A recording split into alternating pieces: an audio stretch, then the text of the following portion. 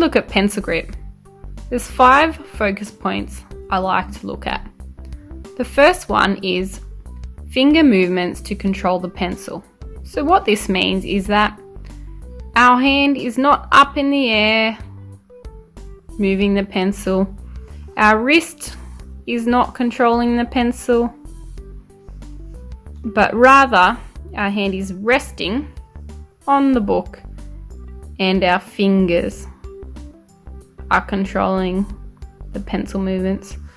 So an activity that we can do to practice this is to see if your kid can move their fingers in and out like this. And if not, let's try and practice that activity, because that will help with finger movements. It's also important that they can change their fingers and positioning of the pencil in one hand and not using the other hand for support. So you can do that by practicing with turning the pencil or just moving it around, or even using other objects to practice in hand manipulation. So like moving a marble up to your fingertips, or rotating a peg and then pegging it on something, and that will help with those kind of skills. The next focus point is looking at the distance that the index or middle finger and thumb are from the tip of the pencil. So what we look at here is, it's a bit different for a left-hander, which I am. I tend to hold the pencil a bit further back because it allows me to be able to see more as a left-hander while we're writing, because the positioning is different. But as a right-hander, you would tend to hold it a little bit closer. What we don't want is for fingers to be on that white bit of the pencil at all, but rather just a little bit back, maybe a centimetre or a 1.5 centimetre. But for a left-hander, maybe 2 centimetres.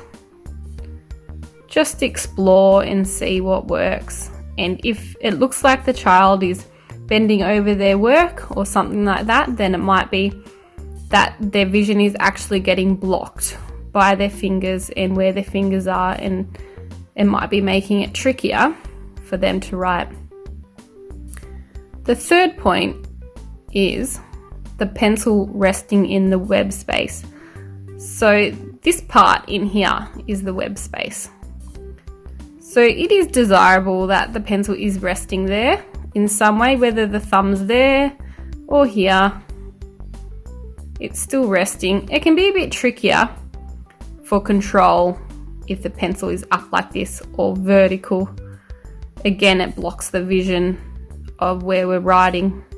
Whether we're left or right-handed, it's still not desirable, and it kind of changes the positioning of fingers on the pencil as well. And number 4, it's looking at the just right pressure on the pencil and applied to the paper. So what I mean by that is, we don't want our joints to be looking like that. We don't want that extra pain added to a joint while we're writing, because that's not good for endurance, and that will cause pain or fatigue. So we just want a nice pressure on the pencil, and when we're applying pressure to the paper, it's also, we don't want it the child pressing so hard that then our fingers are going to be looking like they're straining, but also you can tell because it gets a deeper indent in the paper, and you can normally tell when you turn the paper and you see the bumps, which you might be able to see here when I was pressing hard.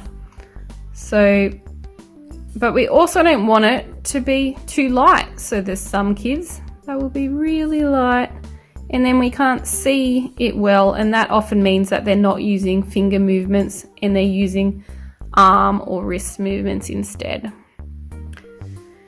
And lastly, we don't want pain or fatigue, and that is hard to tell at this point because kids don't write much while they're in a younger grade, but that will tend to show later in schooling, and they won't be able to write for as long. But I guess you can tell if they're in pain because they'll stop and they'll shake their fingers or stretch them, or they might tell you if they're fatigued, they might be just avoiding writing because it's a hard task and their muscles might not be ready to hold a pencil yet.